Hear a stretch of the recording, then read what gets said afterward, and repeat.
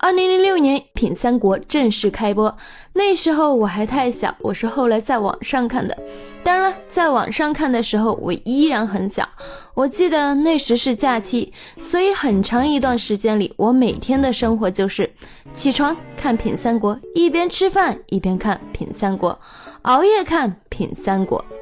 以这样近乎于摧残身体的方式一口气看完后，我对品三国的喜爱，对易老师的崇拜都达到了云端上的顶点。毕竟品三国的观点对于当时还很小的我来说是那么的新奇，那么的震撼，而易老师的教授身份又让我觉得他说的一切都是那么的不容置疑。直到今天我还清楚地记得，看完品三国后三观被颠覆的我是如何疯狂地崇拜曹操和郭嘉，如何疯狂地蔑视刘备和诸葛亮。那时的我没事就在网上发帖吹曹操郭嘉，黑刘备诸葛亮，和反驳我的网友各种大吵大闹，甚至沉浸于此难以自拔。为了和他们对喷，我甚至还专门把《三国志》下载到电子词典里，没事就看，有时候连上课都在看。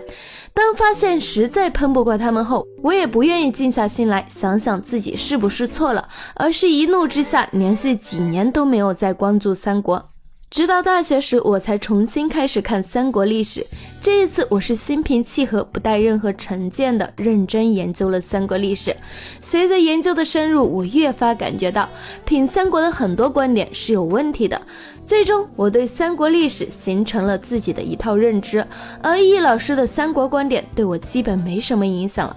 今天我想以一个曾经痴迷过品三国，后来认真研究过三国历史的三国爱好者的身份，从正负两方面全面评价一下易老师的品三国。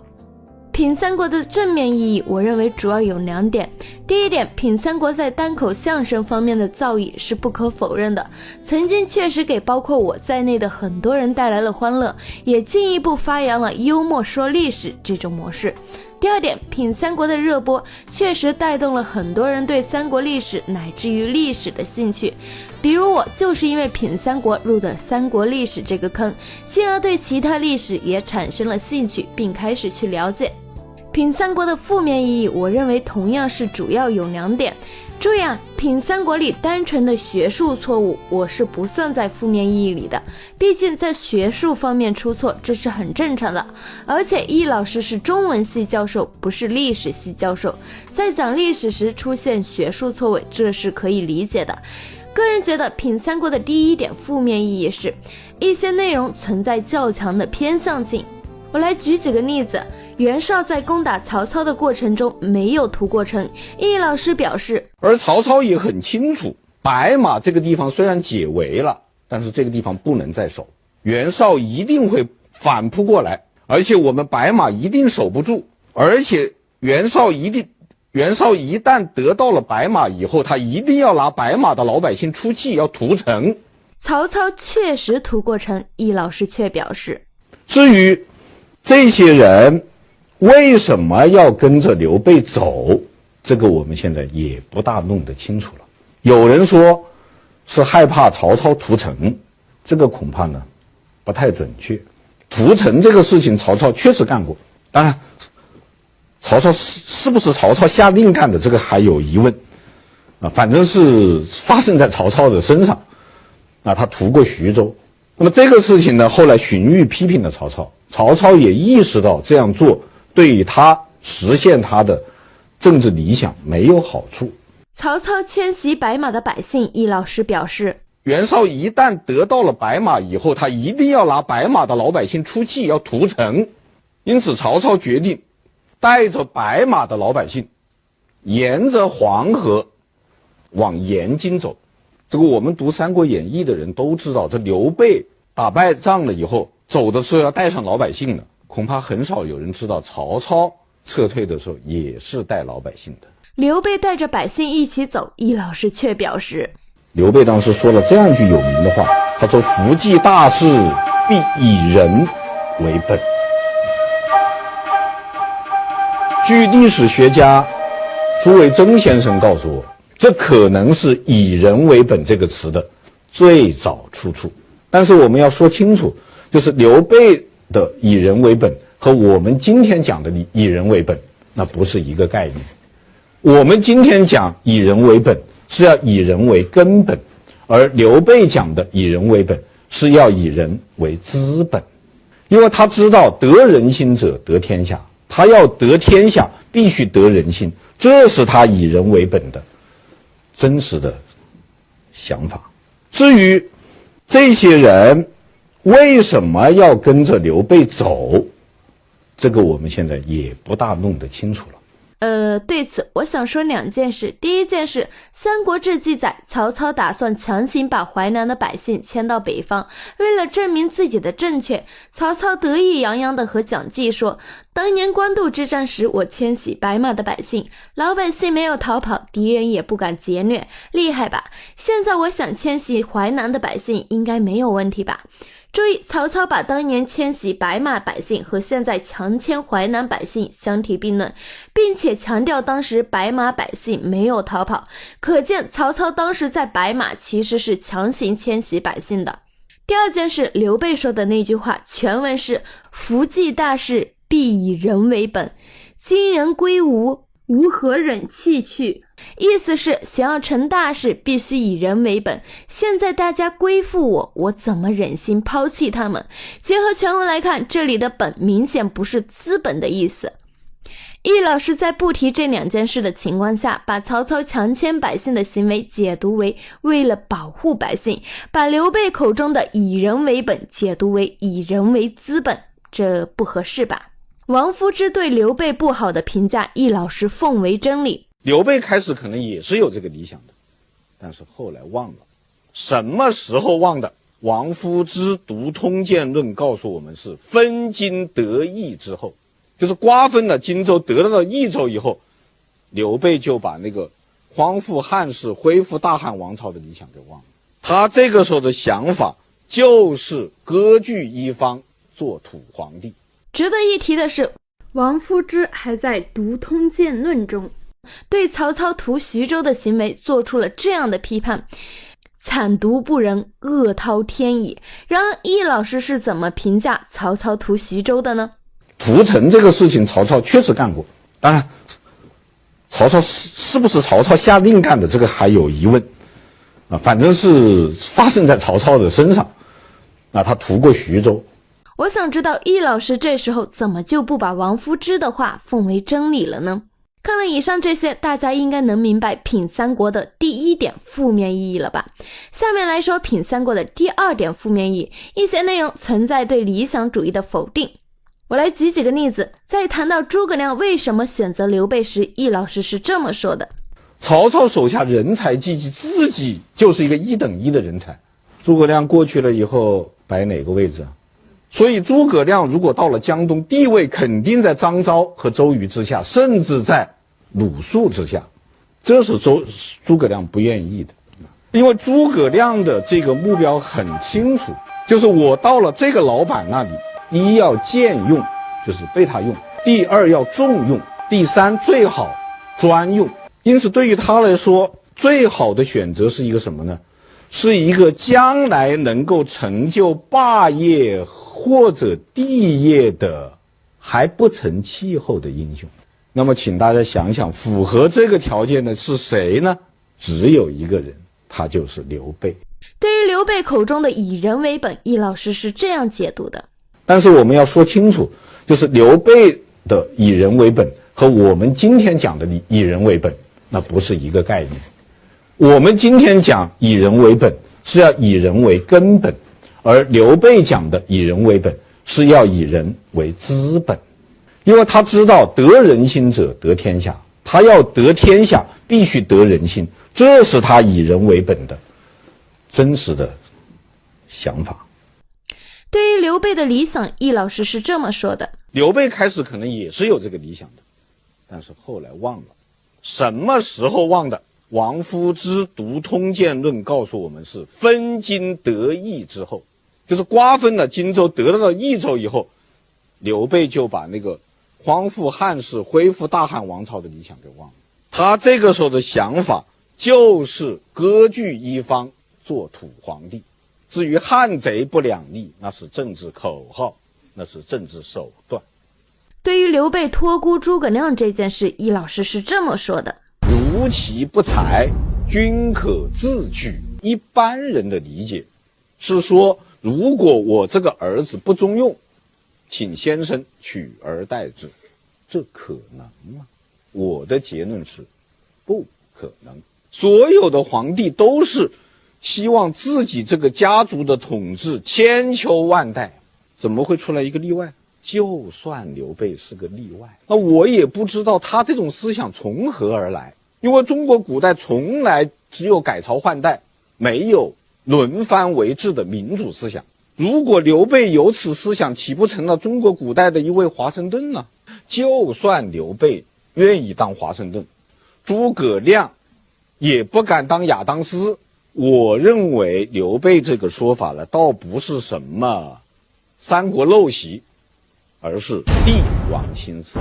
谁在做这个事情的时候都会想，他威望又高，能力又强，他就不会取而代之吗？这个时候心里面肯定都有一个疙瘩。那么最好的办法就是公开的把话说开，把话说透。说开说透以后，双方释然，各自放心。刘备可以放心的去死，诸葛亮可以放心的去做。托孤之前，刘备和诸葛亮的关系并非一般人想象和理解的那样亲密无间，如鱼得水。这就是我猜测托孤之前他们君臣关系它是非常的微妙的，是信任又不完全信任。有人就要问了，那为什么还要托孤给诸葛亮呢？无人可托呀。但是由于是不完全信任，因此他有2点保留。第一就是透底，公开把话挑明。第二呢，设父，他设了一个李严为父。对于诸葛亮以身作则，使蜀汉官员基本廉洁这件事，易老师是这么评价的：当时蜀汉人民共有28万户，94万人，10万连2000军队，4万官吏。这个数字意味着什么呢？意味着蜀汉的人民9个人要养活1个士兵，几乎要供养1个官吏，负担太重了。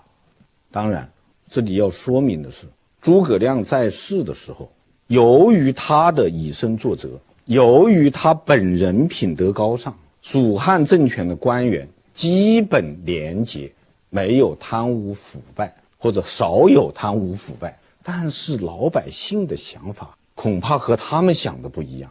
老百姓关心的不是你诸葛亮一餐是8菜1汤呢，还是4菜1汤，他关心的是他能不能吃4菜1汤，或者说他至少要能够吃饱肚子。如果你让他吃饱不饱肚子，哪怕你自己艰苦朴素，他也还是有意见的。这一点邻国的人已经看出来了。吴国有一个人叫做薛许，曾经出使蜀国，回来以后呢，向孙休报告。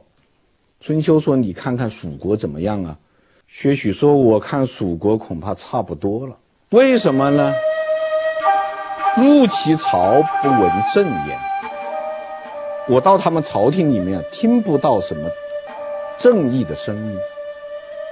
经其野，民皆菜色。我从他们的田野里面走过，所有的老百姓都是面黄肌瘦，营养不良。这个国家肯定要亡。看了以上这些，大家应该能明白品三国的第2点负面意义了吧？在我看来，品三国的第2点负面意义比第1点更大，因为这个负面意义会对精神层面造成影响。在不二将看来，不论是国家还是个人，都是需要理想主义的。大家想想，近代以来，中国遭受了多少苦难，前路又是何等黑暗，哪怕是睁大了眼睛，都难以看到一丝光亮。然而，我们最终还是挺过去了，再次屹立于世界之上。为什么？因为我们骨子里一直有理想主义在，有理想主义在，哪怕再苦再难也会有那么一口气。就因为有那么一口气在，才有那么多人愿意去做英雄，愿意为了理想去奋斗终生。如果我们失去了这一切，后果会是什么呢？对于个人来说同样如此，像我们这样草根出身的人本来就已经输在起跑线了，如果再没有了理想主义，没有了那么一口气在，请问还怎么去翻身，去改变命运呢？我知道看了上边的话，很多人会嘲笑我太幼稚，我想说尽管嘲笑吧，如果相信理想主义就是幼稚，那我愿意一辈子幼稚下去，因为我需要这样的幼稚陪伴我走下去。叶老师你好，我想起了多年前您在一个访谈节目中说您在清贫的时候写过一副对联，是这么说的，学富5车，才高8斗，叹人间从此昔年少，生计久留，家徒4壁，问天意何时纵斯文。这副对联是我送给我师兄的晚年。我的师兄在上课的时候突然倒在讲台上，以身殉职。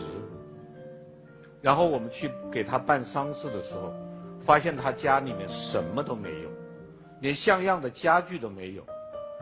他的遗孀能够来招待我们坐的就是这么大的小板凳，但是一架子的书，除了书什么都没有。这就是我写的一首晚年。这个事情刺激了我要赚钱，我不要过他那种生活。安贫乐道不是这样理解的。安贫乐道的意思是，即便我贫穷，我也乐道，不是说乐道一定要贫穷啊。谁规定说知识分子就该贫穷？谁规定说读书人就该贫穷？而先富起来就应该是挖煤的、挖油的？什么道理啊？如果说一个社会读书的人、创造知识的人、创造文化的人是穷兮兮的，这个社会是合理的社会吗？品三国大火后，易老师终于功成名就，过上了想要的生活。在被邀请担任电视剧《曹操》的历史顾问时，易老师提出条件，不使用《三国演义》里罗贯中创作的桥段和细节。后来，易老师曾经这样评价《三国演义》：《三国演义》，我认为是混蛋。我不建议大家读《三国演义》，我与《三国演义》汉贼不两立。我是读陈寿的《三国志》的。电视剧《曹操》的拍摄并不顺利，因此易老师产生了自己创作的想法。2022年，易老师的新书《曹操》出版。接受访谈时，易老师动情地表示，感觉写到曹操之死时，他把我也杀了。然而，易老师的新作品不但没能像16年前的《品三国》一样形成巨大的影响力，还得到了大量的差评。一位网友失望地表示，《品三国》我也算是给了5分，至于这玩意儿还是放在村口厕所吧。或许这2部作品在反响上的不同只是表象，真正改变了的是我们的心态。时代变了，越来越多的人开始渴望理想主义的归来。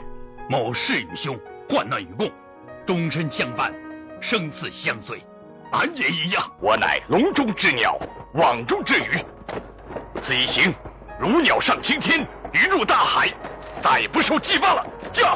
为图将军之志，亮愿效犬马之劳。举大事者必以民为本，今百姓归我，奈何弃之？